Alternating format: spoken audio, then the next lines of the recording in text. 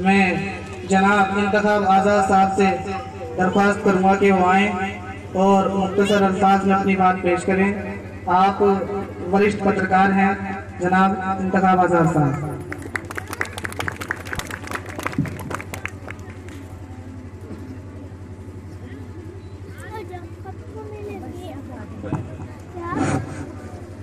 Saint Fatima public school के प्रांगण में आयोजित अनुस्थित मास्टर परवेज साहब, वजाहत अली खान साहब, तौसीफ अख्तर साहब, सरफराज अहमद साहब और नन्हे मुन्ने प्यारे बच्चों, मैं जहां जहां भी भारत में जाता हूं मुसलमानों के मुंह से एक बात अक्सर सुनता हूं कि आज हालात खराब हैं, हमारे लिए हालात खराब हैं। मैं उन लोगों से पूछना चाहता हूं जो हमारी रहनुमाई का दम भरते हैं कि अगर आज हालात खराब हैं तो तुम्हारे लिए हालात अच्छे कब थे। मैं ज्यादा लंबी चौड़ी बात नहीं करूंगा और एजुकेशन पर भी ज्यादा बात नहीं करूंगा। मैं पिछले दिनों एक सरकारी मीटिंग के अंदर था। माइनॉरिटी दिवस की मीटिंग 18 दिसंबर को हुआ करती है। उस मीटिंग के अंदर विकास भवन में था। तो जब मैं मीटिंग के अंदर गया तो यहाँ के ब्यूरोक्रेट्स ने, यहाँ के प्रशासन के लोगों ने तय किया कि एडवोकेट इंतखाब आजाद को मंच पर बोलने का मौका नहीं दिया जाएगा। लेकिन मैंने भी ठाना था कि हर कीमत पर मुझे यहाँ बात करनी है, भले ही रिजल्ट उसका कुछ भी हो। जब सब लोगों ने बात कर ली और आखिर में जिलाधिकारी आलोक कुमार बोलने लगे तो मैं खड़ा हुआ और उनके हाथ में से माइक छीन करके अपनी बात कहनी शुरू की।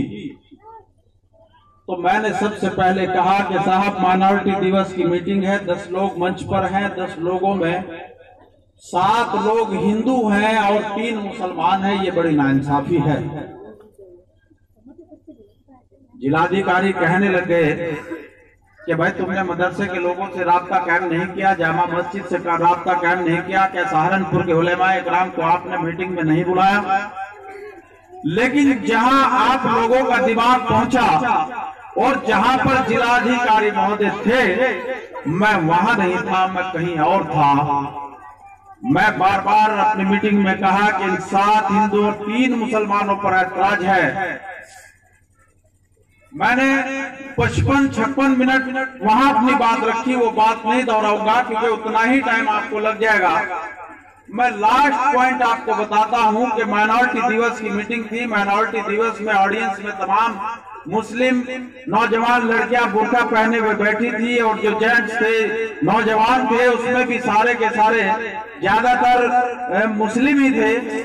मैंने मंच से ऐलान किया कि जितनी लड़कियां यहाँ पर बैठी हैं हाथ उठा करके बताएं कि आप ग्रेजुएट या पोस्ट ग्रेजुएट हैं। तो तमाम लड़कियों ने दोनों हाथ उठाए और कहा कि सर हम ग्रेजुएट हैं, पोस्ट ग्रेजुएट हैं।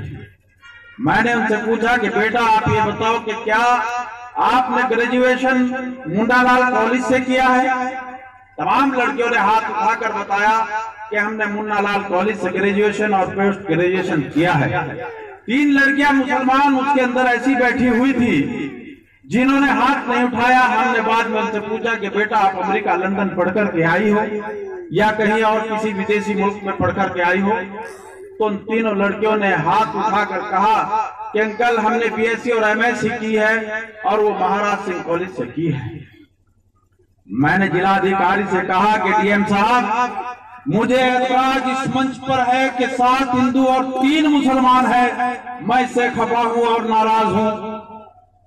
ये जितनी लड़कियां बैठी हुई हैं सामने, इन तमाम लड़कियों ने हाथ उठाकर बताया कि हम मुन्नालाल कॉलेज से ग्रेजुएट हैं, ये महाराज सिंह कॉलेज से ग्रेजुएट हैं। मैं एडवोकेट इंतखाब आजाद खुद लाला प्रदुमन जैन के JV जैन डिग्री कॉलेज से ग्रेजुएट हूं। और जितने यहाँ पर भी लोग बैठे हुए हैं, कोई दिगंबर जैन में पढ़ा, कोई आर्य कन्या में पढ़ा, कोई हिंदू कन्या में पढ़ा, कोई JBS में पढ़ा, बाजोरिया में पढ़ा या और किसी स्कूल में तालीम हासिल करके आया।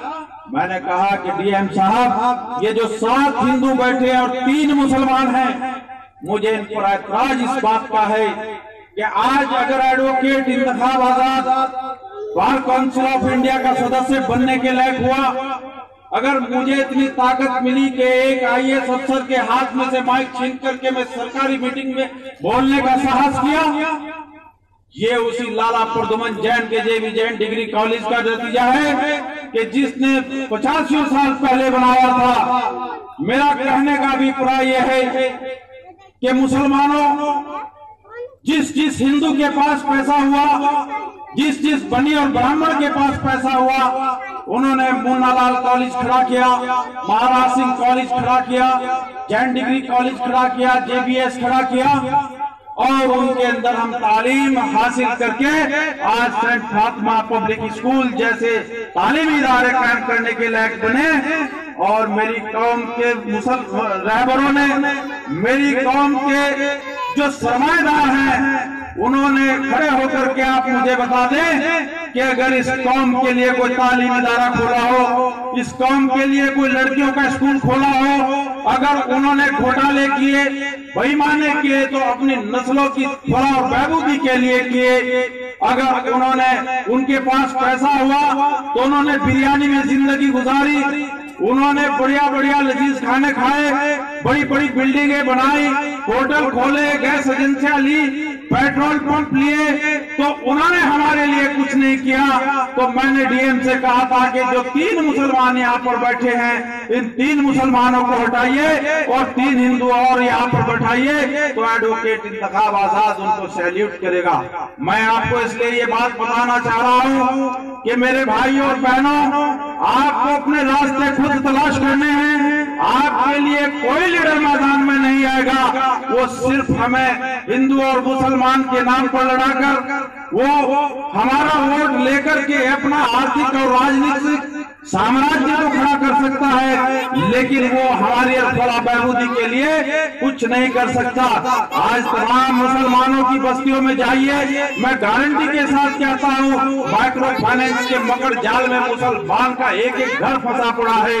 आज हमारी लड़कियां पढ़ना चाहती हैं, वो मुफलिसी में है, उनके पास पैसा नहीं है, वो पढ़ने से महरूम रह जाती हैं। नौजवान तबका हमारा टकाई और लकड़ी का काम कर रहा है, बड़े बुजुर्ग हमारे रिक्शा चलाने पर मजबूर हैं, और यहाँ तक हालत है कि जब हमारे बड़े लोग खाना खाते हैं, उनके दस्तरखान पर सैकड़ों तरह के आइटम होते हैं, लेकिन एक तरफ मेरे मुसलमानों की बस्तियों में लोग 2 जून की रोटी के लिए सिसक रहे हैं, तड़प रहे हैं। हजारों परिवार ऐसे हैं मुसलमानों के कि उनकी घरवालियां, उनकी नौजवान लड़कियां दरवाजों पर खड़ी हो जाती है, कब हमारा अबूजान रिक्शा चला करके आएगा, कब वो मजदूरी करके आएगा, कब 2 पैसे कमा करके लाएगा, तब हमारे घर में आटा आएगा, चीनी पत्ती तेल आएगा। साथियों, अगर इन हालात से तुम्हें उबरना है, इन हालातों से छुटकारा पाना है, तो उसका एकमात्र हथियार है एजुकेशन। एजुकेशन हासिल करिए, और एजुकेशन हासिल करके आप मैदान में इन जालिमों के खिलाफ आइए जो हमारा और आपका हक अधिकार मार रहे हैं। साथियों, अगर आपने एजुकेशन हासिल करके उन लोगों को चुनौती नहीं दी, उनके खिलाफ बिगुल नहीं बजाया, तो आपका भला होने वाला नहीं है। मैं एक बात कह करके आपको अपनी बात खत्म कर रहा हूँ। एक समाज इस मुल्क के अंदर ऐसा था जिसके पास प्रॉपर्टी का अधिकार नहीं था, पेट भर खाना उनको नसीब नहीं हुआ करता था, उनको एजुकेशन का अधिकार नहीं था, और वो मरे हुए जानवर का मांस खाया करते थे, और मरे हुए जानवर का मांस भी उनको इतनी आसानी से नहीं मिलता था। ऊपर से गिद्ध उन पर झपट्टा मारता था, और नीचे से कुत्ता उन पर हमला करता था, और उनके जबड़ों से निकाल करके मरे हुए जानवरों का मांस निकाल करके भूख से बिलखते अपने बच्चों को खिलाने का काम किया करते थे। उसी समाज के अंदर एक ईमानदार रिप्रेजेंटेटिव पैदा हुआ, उसी समाज के अंदर एक ईमानदार नेता पैदा हुआ, और उस बच्चे ने कभी क्लासरूम के अंदर बैठ करके, जैसे आप इन स्कूलों के कमरों के अंदर पढ़ते हैं, उसने कभी उस क्लासरूम के अंदर बैठ करके एजुकेशन नहीं ली, वो क्लासरूम के बाहर बैठकर पढ़ता था। एक बार उसके मास्टर ने पूछा कि बेटा बताओ सबसे गर्म चीज क्या होती है, तो किसी ने कहा कि लोहा होता है, किसी ने कहा सूरज होता है, किसी ने और बताया। उस बच्चे की उंगली जो क्लासरूम के बाहर बैठा था ऐसे खड़ी रही, तो बहुत देर के बाद उसके मास्टर जी की नजर उस पर पड़ी। उसने पूछा कि बेटा ये हाथ क्यों उठाया हुआ है? उसने कहा कि सर मैं नहीं जानता सूरज गर्म है, मैं नहीं जानता लोहा गर्म है, मैं नहीं जानता आग के अंगारे गर्म है, मैं सिर्फ इतना जानता हूँ कि मैं चमार हूँ, चमार का बच्चा हूँ, मैं महार हूँ और मैं छूत हूँ, मैं शूद्र हूँ। मैं अगर ये क्लासरूम के अंदर जो पानी का कच्चा घड़ा भरा हुआ रखा है, अगर मैं इसको छू दूं तो मुझे यातना दी जाएंगी। मेरे लिए लोहे और सूरज से गले में पानी का कच्चा घड़ा है। साथियों, उस बच्चे ने त्याग किया, तपस्या की, अपने समाज के लिए लड़ा और अपने समाज के लोगों को बताया और बता करके कहा कि सवाल ये नहीं कि मौत के बाद जिंदगी है कि नहीं। ब्राह्मण मैथोलॉजी में ऐसी व्यवस्था है कि 7 जन्म होंगे। तो उसी बच्चे ने बड़े होकर के बताया कि सवाल ये नहीं कि मौत के बाद जिंदगी है कि नहीं, असल सवाल ये है कि मौत से पहले आप जिंदा हो कि नहीं। मुसलमानों सिसक सिसक करके जीना छोड़ दो। जो समाज क्लासरूम के अंदर नहीं बैठ सकता था, जो समाज मरे हुए जानवरों का मांस खाया करता था, आज उस समाज ने अपने नौजवानों के लिए, अपनी नस्लों के लिए इतने रास्ते खोल दिए कि आज आप उसको चमार कह नहीं सकते। मैं कह रहा हूं मेरी कुछ और बात है, लेकिन अगर आपकी हिम्मत नहीं आप उसको चमार कह दे, आपकी हिम्मत नहीं आप उसको टच कर दें। साथ ही उसने उस समाज को सहारनपुर के किसी जिला पंचायत के सदस्य से लेकर भारत के राष्ट्रपति भवन तक उसको बिठाया, उसको हुक्मरान बनाया। लेकिन मुसलमानों, आपके पास तो इसी भारत के अंदर 452 रियासतें थी। आपके पास तो टीपू सुल्तान पैदा हुए, आपके यहाँ तो औरंगजेब रहमतुल्लाह पैदा हुए, बड़े बड़े उलेमाए दीन पैदा हुए, बड़े बड़ी दानिश्वर शख्सियतें पैदा हुई। लेकिन क्या कारण है कि आज तुम दहशतगर्द बने हो? आज तुम्हारी बस्तियों में बिजली के छापे लगते हैं, सड़कें तुम्हारी बस्तियों में नहीं, तुम्हारे अंदर एजुकेशन नहीं, तुम स्कूलों से दूर हो, तुम तरक्की के पायदान से बहुत दूर खड़े हो। उसका एक ही कारण है कि तुम्हारे प्रतिनिधि, तुम्हारे लीडर बेईमान है, वो मक्कार है, वो तुम्हारे नाम पर सियासत करके अपना सियासी और समाजी साम्राज्य खड़ा करना चाहते हैं। अपने अंदर एजुकेशन पैदा करके बगावती तेवर पैदा करो। दुनिया का सिस्टम है। डॉक्टर अम्बेडकर कहा करते थे कि वो एजुकेशन हासिल करने से कोई फायदा नहीं जिस एजुकेशन को हासिल करने के बाद आपके अंदर बगावत तेवर पैदा ना हो, जिस एजुकेशन को हासिल करने के बाद आप दुश्मन का गिरेबान पकड़ने की हिम्मत पैदा ना कर सके, दुश्मन की छाती पर चढ़कर उसकी आंखों में आंखें डाल के आप अगर बात नहीं कर सकते तो वो एजुकेशन उस बंजर जमीन के समान है जिस बंजर जमीन के अंदर लाख कोशिशों के बावजूद भी आप बेहतर फसल पैदा नहीं कर सकते। तो इसलिए मैं आप लोगों से कहना चाहता हूं कि आप ईमानदारी से एजुकेशन हासिल करिए और एजुकेशन हासिल करने के बाद अपने हक अधिकारों के लिए लड़िए। एक बात मैं आपको बहुत मुख्तसर बताऊंगा, क्योंकि यहाँ पर ज्यादातर मुस्लिम नौजवान लड़कियां बैठी हैं, उनको शायद इस बात की जानकारी नहीं होगी। मास्टर परवेज साहब और वजाहत खान साहब तो इस बात को जानते होंगे, बाकी लोग इस बात से अनभिज्ञ हैं। जो मैं बताने जा रहा हूँ आपको पता होगा 1848 से पहले भारत के अंदर मुसलमान औरत को बहुत बड़ी बात है। यहाँ पर कोई हिंदू महिला भी स्कूल में नहीं पढ़ सकती थी, क्योंकि ब्राह्मणवादी व्यवस्था के अंदर, वर्णों के अंदर ये व्यवस्था की गई है कि ढोल गवार पशु शूद्र नारी सकल प्रताड़ना के अधिकारी, इनको पढ़ने का अधिकार नहीं था, इनको किसी भी तरह के स्कूल के दरवाजे तक पहुंचने का अधिकार नहीं था। 1838 के अंदर भारत के अंदर एक ऐसी महिला वजूद में आई थी, उसका नाम फातिमा शेख था।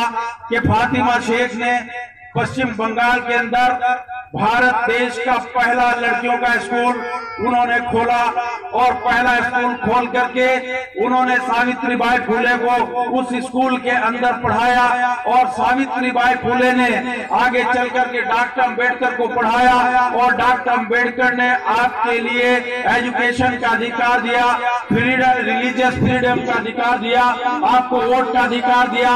ये जो आज इंदिरा गांधी पढ़ी है, आज प्रियंका गांधी पढ़ी है, आज हेमा मालिनी अंबानी घूम रही है, ऐश्वर्या राय घूम रही है, फातिमा शेख की बदौलत है। इस मुल्क की पहली प्रथम महिला शिक्षिका पश्चिम बंगाल की फातिमा शेख है कि पहला स्कूल इस मुल्क के अंदर फातिमा शेख ने खोला था। फातिमा शेख से पहले इस मुल्क के अंदर चाहे हिंदू महिला हो, चाहे मुसलमान महिला हो या और किसी जाति की महिला हो, उसको पढ़ने और लिखने का अधिकार नहीं था। इसलिए आप उस नस्ल से ताल्लुक रखते हो। आपको फातिमा शेख का जो मिशन 1848 में उन्होंने भारत के अंदर पहला स्कूल खोल करके चलाया था, उस मिशन को आपको आगे बढ़ाना है और हर कीमत पर अपने बच्चों को पढ़ाना है। पढ़ाई में लिखाई में अगर आपके सामने कहीं भी कोई दिक्कत आए, जो बड़े स्कूल हैं उनसे घबराना नहीं। मैं जब यहाँ पर बच्चे नाटक कर रहे थे, मैं कल्पना के सागर में डूबा था। मेरे जो प्राइमरी पाठशाला में जो मास्टर पढ़ा करते थे, उनकी स्थिति यही थी। उनको यही नहीं पता था कि हमें क्या पढ़ाना क्या नहीं। ये जो भी कुछ सीखा हमने, ये यहाँ ठोकरे खा खा करके, धक्के भर भर करके सीखा, क्योंकि वहाँ पढ़ने की व्यवस्था नहीं थी। ये तो आप मुबारकबाद के मुस्तहिक हैं कि सेंट फातिमा पब्लिक स्कूल का जो संचालन कर रहे हैं मास्टर प्रवेश साहब, की टीम, ये पढ़े लिखे तालीम याफ्ता लोग हैं। और जो नौजवान लड़कियां यहाँ पर बच्चों को तालीम देने का काम कर रही हैं, वो सारी की सारी लड़कियां पढ़ी लिखी शिक्षित लड़कियां हैं, अच्छे घरानों से हैं। आपके बच्चे तो खुशकिस्मत हैं कि आपको पढ़े लिखे मास्टर, पढ़े लिखे टीचर पढ़ा रहे हैं। हम तो उन टीचर से पढ़े हैं कि जिनसे खुद ही पढ़ना नहीं आता था, लेकिन हम उनको भी बुरा नहीं कहते, क्योंकि अगर वो हमें कहीं बढ़िया तरीके से पढ़ा देते तो हम भी कहीं अच्छी तालीम हासिल करके किसी दफ्तर में, किसी कार्यालय के अंदर